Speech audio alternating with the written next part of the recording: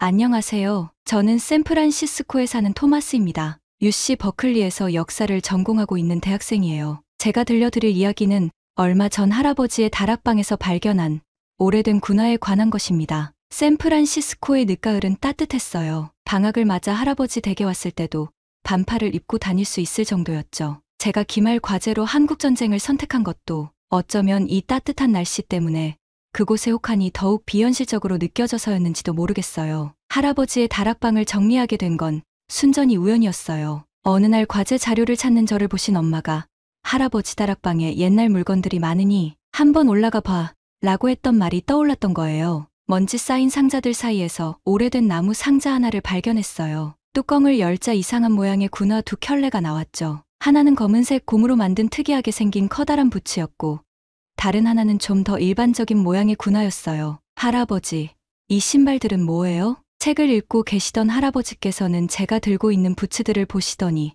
천천히 다가오셨어요. 한국전쟁 때 신었던 방한화들이란다. 혹시 장진호 전투라고 들어봤니? 제가 고개를 저으니 할아버지께서는 옆에 있던 의자에 천천히 앉으시며 말씀을 이어가셨어요. 1950년 8월, 난 시카고 근교의 집에 있었지. TV에서 한국전쟁 소식을 보고 있는데 해병대 모집 광고가 나왔어. 그때만 해도 한국이 어디 있는지도 잘 몰랐다니까. 할아버지는 쓴웃음을 지으셨어요. 9월 15일, 인천 상륙작전이었어. 우린 메가더 장군이 이끄는 상륙군의 일원으로 참전했지. 새벽녘에 월미도 앞바다에 도착했는데 그때는 이렇게 혹독한 겨울과 싸우게 될 줄은 꿈에도 몰랐지. 인천에 도착했을 때가 늦여름이었는데 그 무더위란 것이 정말 대단했어. 시카고도 여름이면 덥다고 생각했는데 한국의 습한 더위는 전혀 달랐지. 전투복은 땀으로 흠뻑 젖어서 몸에 달라붙었고 헬멧 안은 마치 사우나 같았어. 밤에도 더위가 가시질 않았단다. 할아버지는 잠시 생각에 잠기셨다가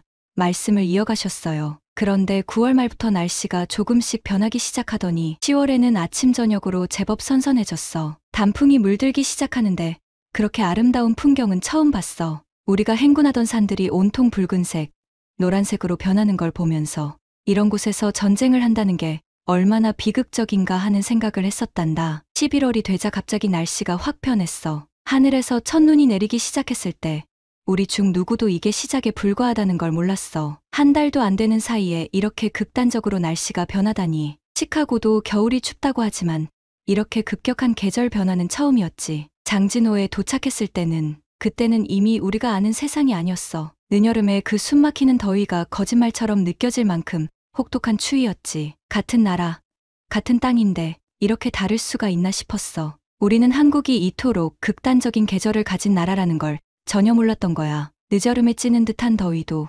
가을의 아름다운 단풍도, 그리고 겨울의 살인적인 추위도 모든 게 우리에겐 충격이었지. 할아버지는 잠시 생각에 잠기셨다가 이야기를 이어가셨어요. 인천은 세계에서 조수간만의 차가 가장 큰 곳 중 하나였어. 그래서 상륙이 굉장히 위험했지. 하지만 그 덕분에 북한군도 이곳으로의 상륙을 예상하지 못했던 거야. 우리가 도착했을 때 인천은 안개에 쌓여 있었어. 언덕 위에서 북한군이 기관총을 쏘고 있었지만 우리 함대의 함포 사격이 시작되자 모든 게 조용해졌지. LST 상륙함에서 내릴 때는 다들 긴장했었는데 저 멀리 서울에서 연기가 피어오르는 게 보였어. 그때는 몰랐지. 우리가 곧 그 서울을 탈환하고 그 뒤로는 38선을 넘어 북진하게 될 거라는 걸. 그리고 결국에는 이 엄청난 추위와 맞닥뜨리게 될 거라는 것도.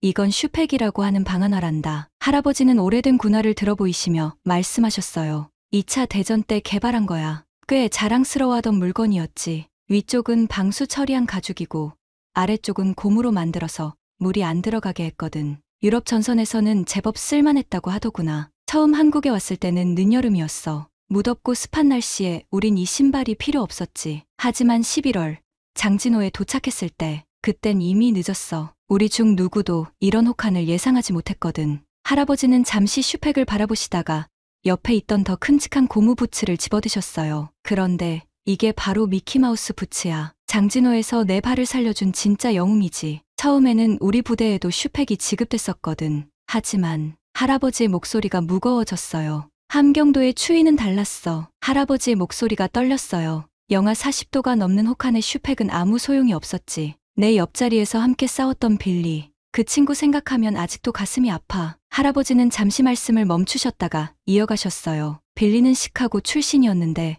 추운 날씨에는 자신 있다고 늘 자랑하던 친구였어. 고향에서 아이스하키를 했다면서 말이야. 하지만 장진호의 추위는 달랐지. 우리 중대에서만 10댓 명이 동상에 걸렸는데 빌리도 그 중 하나였어. 처음에는 발가락이 조금 시리다고만 했어. 양말을 2겹, 3겹 신었지만 소용없었지. 슈팩은 젖으면 그대로 얼어버렸거든. 이틀이 지났을까. 빌리가 갑자기 발을 못 움직이겠다고 하더니 신발을 벗어보니 발이 시커멓게 변해 있었어. 의무병을 불렀지만 결국 2발 모두 무릎 아래를 절단해야 했지. 그래도 우리는 그나마 나았다고 해야 할까. 할아버지는 잠시 생각에 잠기셨어요. 나중에 알게 된 건데 중공군은 상황이 더 심각했어. 우리는 그래도 미키마우스 부츠라도 보급받았지만 중공군은 제대로 된 방한 장비가 거의 없었다고 해. 겉으로는 말을 안 했지만 동상 때문에 전투력을 잃은 병사가 우리보다 몇 배는 더 많았다고 하더라. 어떤 부대는 전체 병력의 절반 이상이 동상에 걸렸다는 얘기도 있었어. 그때 빌리가 내 손을 꼭 잡으며 했던 말이 아직도 기억나. 조, 난 이제 다시는 아이스하키를 못하겠구나. 20살의 젊은이가 그렇게 눈물을 흘리는데 내가 해줄 수 있는 게 아무것도 없었어. 우리 중대에서만 6명이 발을 절단했고 2명은 전신에 동상을 입어 후송 도중에 죽고 말았어. 그때 우리는 뼈저리게 깨달았지. 2차 대전의 경험이 한국의 추위 앞에서는 아무것도 아니라는 걸. 할아버지는 그때의 기억을 더듬으시며 말씀을 이어가셨어요. 그때 장진호에서 우리는 12만 명의 중공군에게 포위됐었지. 보급도 제대로 받지 못하고 3주나 버텨야 했어. 자동차 부동액이 얼지 않게 2시간마다 시동을 걸어줘야 했고 기관총이 얼어붙지 않도록 일부러 총을 발사해야 했어. 부상자들을 위한 모르핀 주사도 입안에서 녹여가며 써야 했고 말이야. 군의관들이 상처에 붕대를 감으면 피가 바로 얼어서 지혈은 잘 된다고 씁쓸하게 말했던 게 기억나. 식량도 바닥나서 꽁꽁 얼어버린 쿠키 몇 조각으로 버텨야 했던 날들도 있었지. 할아버지는 잠시 말씀을 멈추시고 창밖을 바라보셨어요. 그래도 우린 버텼어. 미키마우스 부츠가 보급되고 나서야 발 동상 걱정을 좀 덜었지. 이중 고무층 사이의 공기가 영하 29도까지는 버틸 수 있게 해준다더군. 하지만 그때는 이미 많은 전우를 잃은 뒤였지. 할아버지는 잠시 생각에 잠기셨다가 다시 말씀을 이어가셨어요. 그런데 이 미키마우스 부츠도 완벽한 건 아니었어. 추위는 어느 정도 막아줬지만 다른 문제가 있었거든. 고무로 만들어서 방수는 됐지만 그만큼 통기성이 떨어졌단다. 발에서 난 땀이 전혀 밖으로 빠져나가질 못했지. 할아버지는 부츠를 들어 바닥을 보여주시며 설명하셨어요. 그래서 우리는 매일 2번씩은 꼭 발을 말리고 양말을 갈아 신어야 했어. 그러지 않으면 젖은 발이 결국 얼어붙어서 동상에 걸리고 말았으니까. 전투 중에 그런 여유가 있었겠나. 많은 병사들이 양말을 제때 못 갈아 신어서 고생했지. 나중에 들어보니 1960년대에 와서야 통기성 문제를 해결한 새로운 방안화가 나왔다더구나. 하지만 우리 시절엔 이 불완전한 미키마우스 부츠라도 있다는 게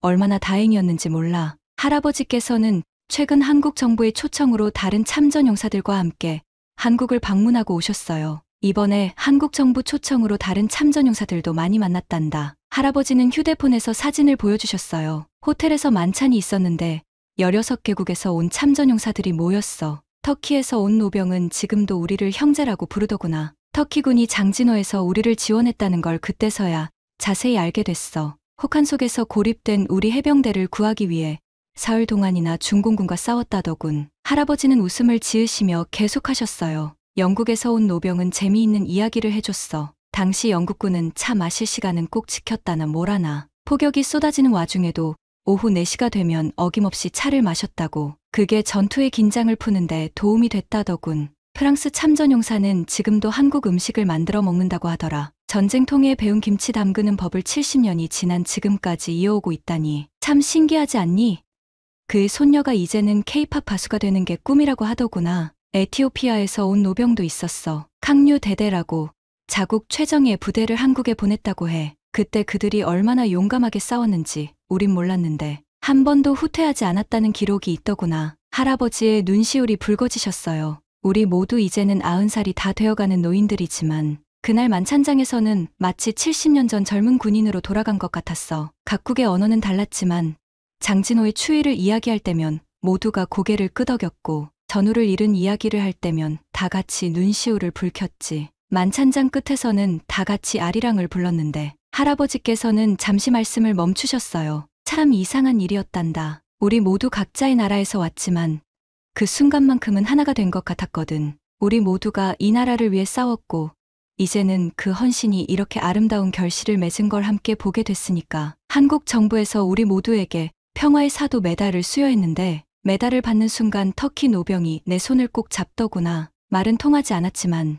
서로가 이해할 수 있었어. 우리가 젊은 시절 함께 흘린 피와 땀이 헛되지 않았다는 걸. 할아버지는 DMZ 방문 사진들을 보여주셨어요. 아직도 전쟁은 끝나지 않았더구나. 철조망과 지뢰밭. 70년이 지났는데도 여전히 서로가 총구를 겨누고 있어. 우리가 그때 완전히 해결하지 못한 숙제라고나 할까. 하지만 할아버지의 표정이 금방 밝아지셨어요. 그래도 걱정하지 않아도 될 것 같아. 우리 때와는 전혀 다르거든. 한국군의 장비를 보니 정말 놀라웠어. K2 전차, K9 자주포, 이런 것들은 우리 때는 상상도 못했지. 우리는 총도 제대로 안 쏴지는 혹한 속에서 싸웠는데 지금은 영하 40도에서도 멀쩡히 작동하는 무기들이더구나. 주한미군 기지도 둘러봤는데 그때보다 훨씬 더 강력한 전력이 주둔해 있더라. 한미동맹이 이렇게 굳건하게 유지되는 걸 보니 마음이 놓이더구나. DMZ에서 경계 근무를 서는 한국군 장병들의 모습을 보면서 생각했지. 이제 우리가 지켜냈던 이 자유를 지킬 힘이 충분히 생겼구나 하고 말이야. 할아버지는 휴대폰을 꺼내 사진들을 보여주시기 시작했어요. 여기 봐라. 이게 강남이라는 곳이란다.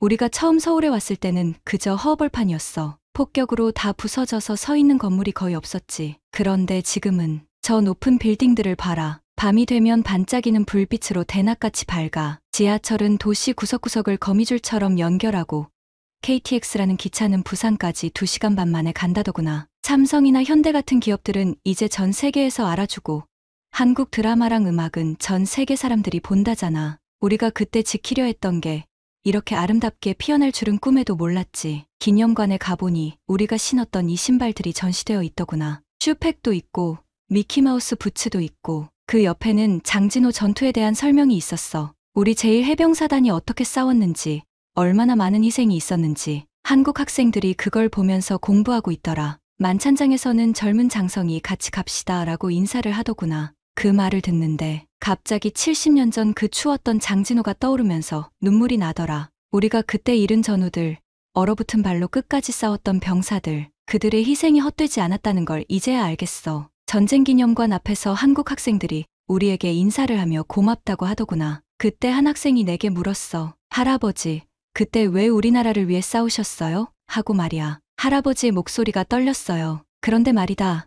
할아버지는 휴대폰을 넘기며 인천항 사진을 보여주셨다. 지난번에 한국에 갔을 때 인천항도 다시 가봤어. 그때 우리가 상륙했던 그 자리에 지금은 거대한 컨테이너 부두가 있더구나. 세계에서 가장 바쁜 항구 중 하나라고 하던데 우리가 처음 발을 디뎠던 그 해변에서 이제는 전 세계로 한국산 자동차와 스마트폰이 실려 나간다니 정말 믿어지지가 않아. 인천에서 서울로 가는 길에는 전철이 다니고 도로는 넓어졌고 70년 전 우리가 탱크를 몰고 진군했던 그 길 위로 이제는 첨단 도시가 세워졌다는 게 참 감회가 새롭더구나. 할아버지는 잠시 말씀을 멈추셨다가 깊은 숨을 내쉬셨어요. 하지만 한 가지 걱정되는 게 있단다. 전쟁기념관에 갔을 때의 일이야. 수학여행을 온 듯한 학생들이 있었는데 그저 스마트폰만 보면서 웃고 떠들더구나. 전시된 사진들과 유물들 앞에서 마치 그저 오래된 역사 이야기처럼 대수롭지 않게 여기는 것 같아 보였어. 할아버지는 자신의 평화의 사도 메달을 만지작거리시며 말씀을 이어가셨어요. 그들을 탓할 순 없지. 전쟁을 겪어보지 않은 세대니까. 하지만 지금의 이 평화가, 이 번영이 어떻게 얻어진 건지는 꼭 알았으면 좋겠어. 빌리 같은 젊은이들이 20살의 나이에 2다리를 잃었고 수많은 전우들이 영하 40도의 혹한 속에서 목숨을 잃었단다. 한국 군인들은 물론이고 터키, 영국, 프랑스 16개국에서 온 젊은이들이 자유와 평화를 지키기 위해 싸웠어. 그때 만약 장진호 전투에서 우리가 중공군에게 밀렸더라면 흥남부두에 고립되어 있던 20만 명의 한국인들이 희생되었을 거야. DMZ에 갔을 때 보니 아직도 전쟁은 끝나지 않았더구나. 지금 이 순간에도 저 철책선 앞에서 젊은 군인들이 경계 근무를 서고 있어. 평화라는 건 그냥 주어지는 게 아니란다. 누군가의 희생과 헌신으로 지켜지는 거지. 할아버지는 창밖을 바라보시며 말씀하셨어요. 내가 바라는 건 젊은이들이 꼭 기억했으면 해. 이 땅의 평화가 얼마나 소중한 것인지, 그리고 그 평화를 지키기 위해 얼마나 많은 이들이 희생했는지를. 그래야 앞으로도 이 평화를 지켜낼 수 있을 테니까. 다락방 속 두 켤레의 군화를 바라보며 저는 비로소 이해했어요. 이것은 단순한 신발이 아닌 할아버지 세대의 희생과 대한민국의 기적 같은 발전을 증명하는 역사적인 증거라는 것을요. 장진호의 혹한에서 살아남아 자유를 지켜낸 그 용기가 70년이 지난 지금 이토록 찬란한 결실을 맺은 것이에요. 오늘은 미국 대학생 토마스의 사연이었습니다. 오래된 낡은 군화 두 켤레에 이런 깊은 사연이 있었다니 정말 놀랍네요. 토마스 할아버님의 희생에 숙연해지네요. 대한민국 국민의 한 사람으로서 다시 한번 감사드립니다. 지금까지 감동튜브의 지수였습니다. 구독과 좋아요, 알림 설정도 잊지 마시고요. 다음 영상에서 또 만나 뵙겠습니다. 감사합니다.